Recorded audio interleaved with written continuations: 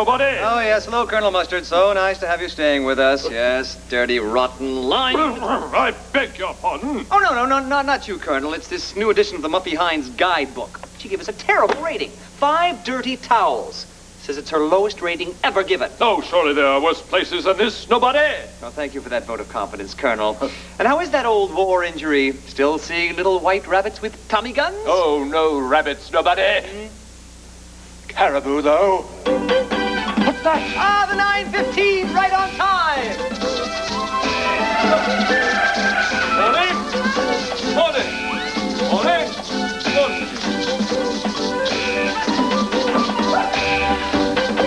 Great, what was that all about?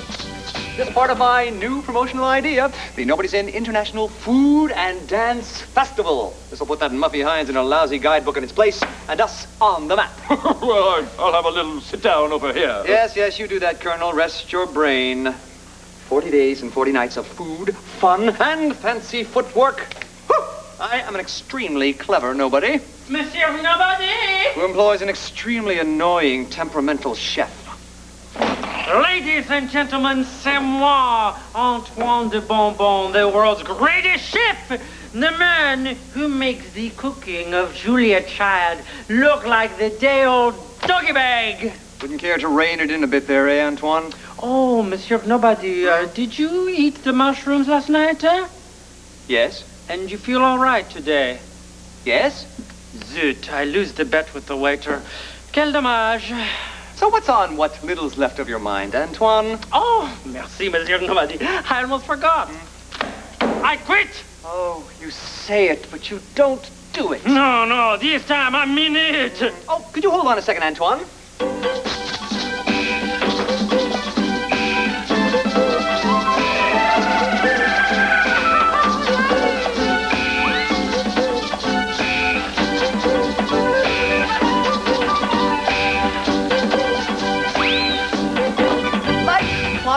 Amazing. Now, why are you quitting this time, Antoine? It is this ad in the newspaper. The Nobody's In International Food and Dance Festival. Yes? You say in this ad that Chef Antoine de Bonbon will create a choice of 100 different 5-course meals. Impossible. Well, maybe I did exaggerate just a teensy-weensy bit. Ah, Monsieur Nobody, you drive me crazy. It's a short trip. You destroy my reputation. 100 different 5-course meals? Not even a chef as extraordinaire as moi can do such a thing. Nobody, Antoine. What in the world are you two fighting about now? Nothing, my pet. Nothing. Madame Nobody, you are a reasonable person. Do you know what your miserable husband has done now? Oh, dear. What now? He puts an ad in the newspaper saying that I will create 100 different 5-course meals. He's insane. Cyril, did you? No. Cyril? Yes. Voila, you see, Madame Nobody, I quit. You'll have to excuse me. I have to go pack my stove. Zoot. Oh, Cyril, dear, how could you? Well, I was just trying to drum up a little business for the inn, Jane. Well, you'll have to cancel the ad. It's like that time you offered Chinese food, all you can eat. What was wrong with that? Cyril, you only offered the customers 1 chopstick. Oh, could you hold on just one second, Jane? 1 second. Ha-ha! Ha-ha-ha-ha! Yes. Rats. No one's going to get you out of it this time, Cyril. Why, you just can't get good help anymore. Come and look at our dining room menu. All right.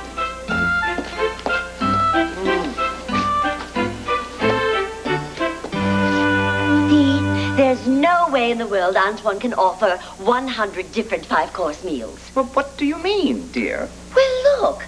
We only have 3 appetizers, 2 soups, 2 salads, 4 entrees, and 3 desserts. 3 plus 2 plus 2 plus 4 plus 3 equals 14. There are only 14 different dishes on a menu, dear, not 100. Well, I've got it. We'll add to the menu. Oh, Cyril, we can't afford to do that. No. We'll just pretend to add to the menu then. But we'll list dishes that no one in their right mind would ever order, like baby elephant omelets, or monkey pate, or poison ivy salad, or salamander soup. Cyril, that's disgusting, and I won't allow you to lie. All right. What was that? Eureka! What? Eureka! It means I am a genius. Oh, we know, Antoine, we know. Madame Nobody, believe it or not, Monsieur Nobody was telling the truth. I can make more than 100 different five-course meals. I love you. But how can that be? I mean, yes, of course. I don't understand, Antoine. As far as I can see, there are only 14 different dishes. No, Madame Nobody, look more closely. It is a question of combinatorics. Combinatorics, you see? I knew that. What are combinatorics? Look at the menu. 3 appetizers, pâté, hearts of celery, melon. 2 soups, tomato and onion. Now, consider the combinations possible, hein? Pâté and tomato soup, hearts of celery and tomato soup, melon and tomato soup. Or onion and melon, onion and hearts of celery, onion soup and pâté. Oui, 3 appetizers, 2 soups. 3 times 2 is 6. It's a total of 6. Well, that's a far cry from 100. But you have to keep on going, Monsieur Nobody. 3 appetizers, 2 soups, 2 salads, 4 entrees, 3 desserts. That's 3 times 2 times 2 times 4 times 3. 3 times 2 is 6, times 2 is 12, times 4 is 48, times 3 is 144. Oh, my gosh. 144 different five-course meal combinations. Antoine, you've done it. I think you've done it. Mwah, mwah. Oh, you see, I told the truth in spite of myself. Bien sûr, I am French after all. Yes, Antoine. I forgive your people for giving that award to Jerry Lewis. I adore Jerry Lewis. Not so fast, nobody. Yes? I was just reading the rest of this ad. Yes? You also promised that everyone coming to Nobody's Inn will be given a 12-piece living room set, free checking, and lifetime season tickets for the Dallas Cowboys. Yes, well, it's, timing is everything, love! Play, gypsies, play!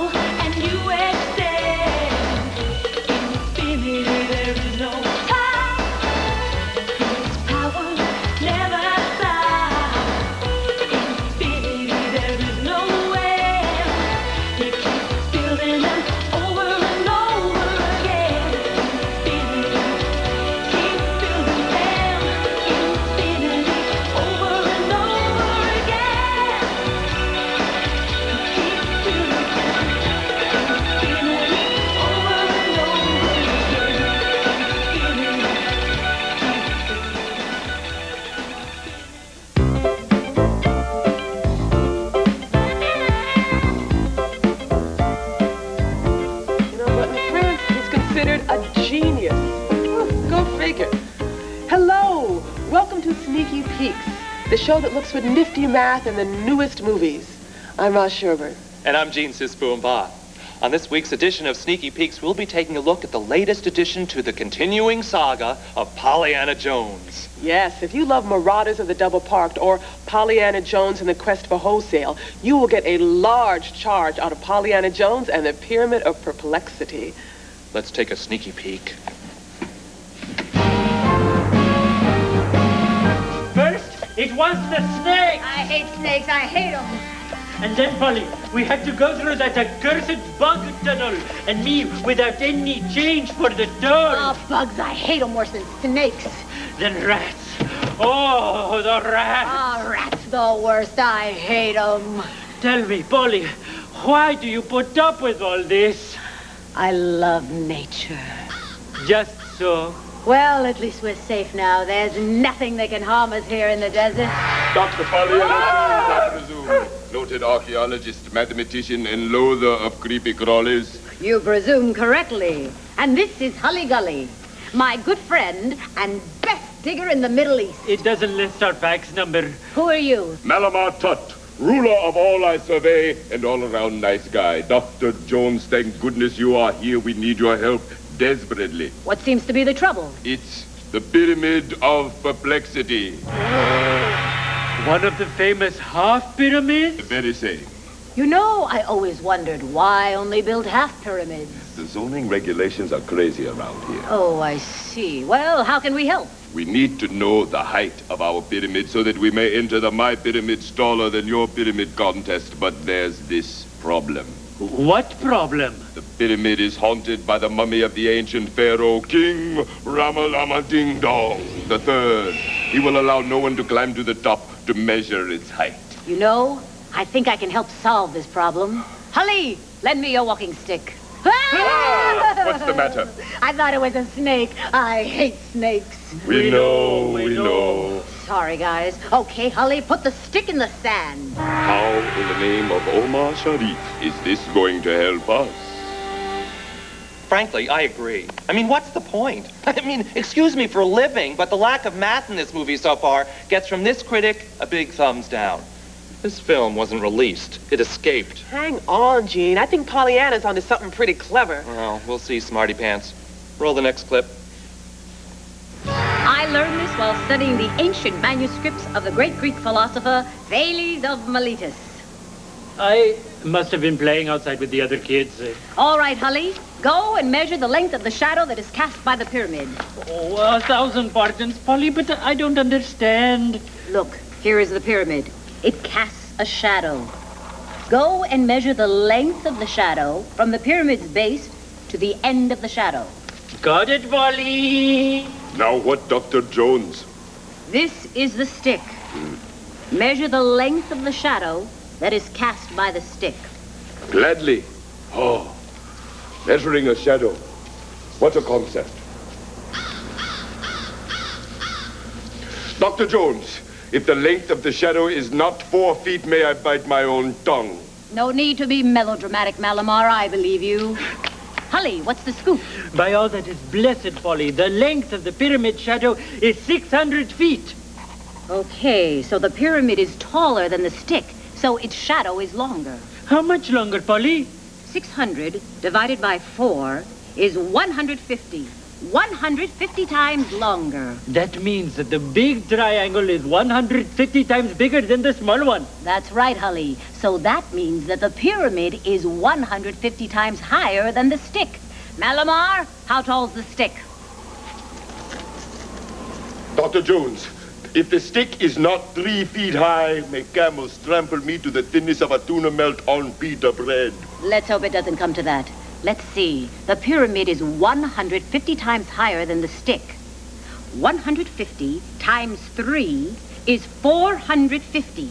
The Pyramid of Perplexity is 450 feet high. 450 feet high, praise be. Oh, excuse me for being a doubting Hully-Gully, Polly, but how can you be sure? Oh, Hully, I can even measure your height using the same method. Oh, golly gosh, will wonders never cease? Stand up straight. This won't hurt a bit. Take off your hat. Malamar, if you please. Gladly. Ooh.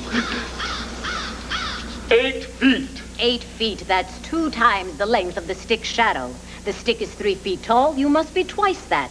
6 feet tall. 6 feet, exactly right, but I'm afraid of heights. Dr. Jones, please accept our hospitality and stay for the evening. Oh, yes, Polly, let's stay. Everything seems so safe here. There's nothing that could possibly happen to us. I guess you're right, Hully. What could go wrong? King Ramadama-ding-dong! Just Mummies, I hate mummies. Okay, I admit it. You and Pollyanna Jones were right. That was pretty darn clever. Yeah, sure, Gene. Similar triangles in proportion, geometry in action. Now, speaking of math, what score do you give Pollyanna Jones in the Pyramid of Perplexity? On a scale of 1 to 10. I give it an 8. And I give it a 9 for an average score of 8 1/2. Not bad. Be sure to join us next week when we'll take a sneaky peek at the latest film by enfant terrible Jean-Luc Malcontent, the French film director who's 10 years old. It's called My Detention with Andre. See you then. Let me get this straight. You think Zeppo is a funny name? Yeah, in an existential sense.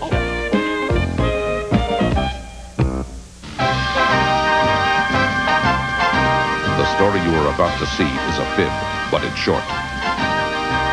The names are made up, but the problems are real. It was Tuesday, 4:43 p.m., and New Yorkers were complaining about bad economic times. How bad was it? It was so bad, pickpockets in Midtown were putting wallets back. The boss is Joe Greco. My partner is George Franklin. My name is Tuesday. I'm a mathematician. Charlie McStick was a ventriloquist dummy who could talk. Edgar Bergman was a ventriloquist who couldn't. We called this one the case of the smart dummy and decided to look at scenes of earlier shows to get up to speed. After George introduced me to Charlie and said he needed help, Charlie said, That's why we're here. Where are you usually? Usually? Well, I was born in Northern California. Where? Sequoia National Park. When? Ash Wednesday. Ever pine for it? Occasionally I blossom. All right, that's enough, you two. What the heck is going on here? I almost wish I hadn't asked, because they told me. Charlie and Edgar and a third member of their act, a dummy named Lolly, were returning to New York after several days on the road. When they got home, Lolly and the bag she travels in were missing. Edgar went into shock and hadn't spoken since. He had picked up another bag which looked like the one containing Lolly, but it turned out to contain... Bet there's over $1 million here. Want to go to lunch? You think Edgar was shocked? Wait till the other guy opens his case. What do you mean? If you had a suitcase with $1 million in it and got home and found out it had been switched for a dummy named Lollipop... I see what you mean. Bags at airlines get switched by mistake all the time, so I called TWM to get the name of the other traveler. What's the name, Pat? Strange. What? No one has called. Charlie, when did you get in? Last night. Maybe he hasn't missed his bag yet. Maybe. But if you had $1 million in your suitcase, wouldn't you open it to check? We examined the claim checks on the bag and figured out its possible routes, but that didn't help us locate the owner, and it didn't explain why he hadn't called the airlines to get his suitcase back. You know, Pat, maybe the guy who owns the suitcase hasn't called because he can't. You mean he can't get to a phone? But what if the money is illegal? Suddenly, we thought Charlie and Edgar might be in danger, and George phoned Charlie to warn him to lock the apartment and stay inside until we arrived.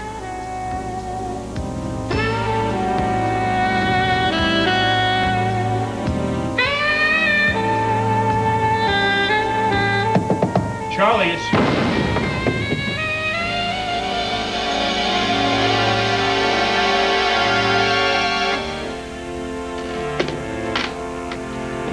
Charlie, are you all right? I'll mow you down. I'll give you a left and a right. Stay there all night of yous. Charlie. Oh, sorry. When George called, I guess he put me a bit on edge. On edge? Wars have been won with less firepower. Charlie, you're going to have to stay on guard. The person who has Lolly may be a crook. And he may be looking for you to get his money back. But I haven't got his money. Besides, how's he going to find me? Well, he's got Lolly, so he's got to know he's looking for a ventriloquist. Good point, George. He'll trace her. How would he do that? I begin at the beginning. Trees? After that, Ventriloquist dummy makers. We should ask Benny to check on it. May I? oh, be my guest. Oh, you know where else a guy might check? Where? With show business agents, the people who get jobs for us. Do you have an agent? One of the best. What's his name? Her name is Broadway Annie Rose.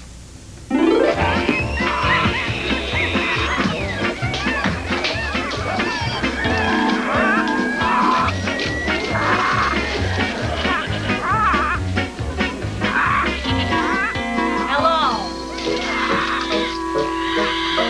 Welcome to the offices of Broadway Annie Rose. What do you do? Ma'am? What is your show business speciality? Juggling, singing, eating, that? Mathnet. We don't get much call for Mathnet. You ever do math without a net? You misunderstand.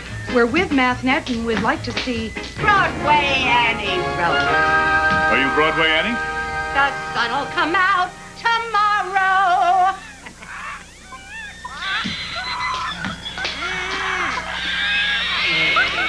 Thanks for seeing us, Broadway Annie. Likewise, I'm sure. Now, what can I do for you? We'd like to ask you about one of your clients. 3 of them, actually. Charlie, Edgar, and Lolly. Great act. Want to book him? No. Anything wrong? Yes. Lolly's been dummy napped. That's terrible. Any suspects? Not really. Woodpeckers is where I'd put my dough. If not woodpeckers, termites. We don't think so, Broadway Annie. But we want to know if anyone's asked about them. No. They just finished a tour I booked for them. You're their agent, right? Right. I'm their 10%er. 10%er? That's right. Talent agents are called 10%ers because we get 10% of the money our clients receive. That doesn't seem fair. Do my ears detect sass? Well, no, but... Hey, agents are entitled to at least that much for putting up with these artistes. Besides, I get them the gigs, and scheduling ain't easy. You mean you find jobs for your clients? Right. Not only get them jobs, I have to schedule their travel. Now, here is their last tour. I sent them from New York to Detroit. They performed in Detroit? No, in a town called Ann Arbor, Michigan. But see, that's my problem. You can't fly into a lot of these little burgs. Next, they played in Middletown, Ohio. No flights, right? You got it. So, I route them to Dayton. They rent a car and drive to Middletown. Then they flew on to Des Moines, Minneapolis, Columbus, and New York. In fact, they just got back a couple of days ago. Just out of curiosity, how much money did they make for this tour? $75,000. So you got 10% of $75,000? That's right. $7,500. You have a nice business. Hey, it's not always big bucks, lady, let me tell you. Did you see the foot juggler out front? Uh-huh. You didn't shake with him, did you? No, why? The last guy who did got athlete's hand. Anyway, he hasn't had a job since I booked him for a podiatrist luncheon in Soho. Paid $47.50. $4,750? $47.50. I made $4.75. Hardly covers the Desinex. I take it back, Annie. You really do earn your 10%. You can bet your sweet smile on it, Toots. Annie, if anyone inquires about Charlie and Edgar... I'll give you a blast on the horn. Or call us on the phone if it's easier. What was that? Thanks, Mules. Right on time after a buffo week at the Kit Kat Club. Oh, you might wish to use the back stairs. Okay, thank you. Benny? Yep, you got the word out among ventriloquist dummy makers. So far, no one's contacted them, but they'll call. What are you doing with the money? They counted it. How much? $1 million exactly. Tidy little sum. George, look at this. What? This money's from different cities. So? The Bank of Columbus. Here's a bunch from the Des Moines Trust. The Ann Arbor Savings. Money comes from different banks, Pat. That's not unusual. No, it isn't. But the rest of the money's from Minneapolis and Dayton. 5 cities. Yes. The same 5 cities just visited by our friends Charlie Edgar. and Lolly.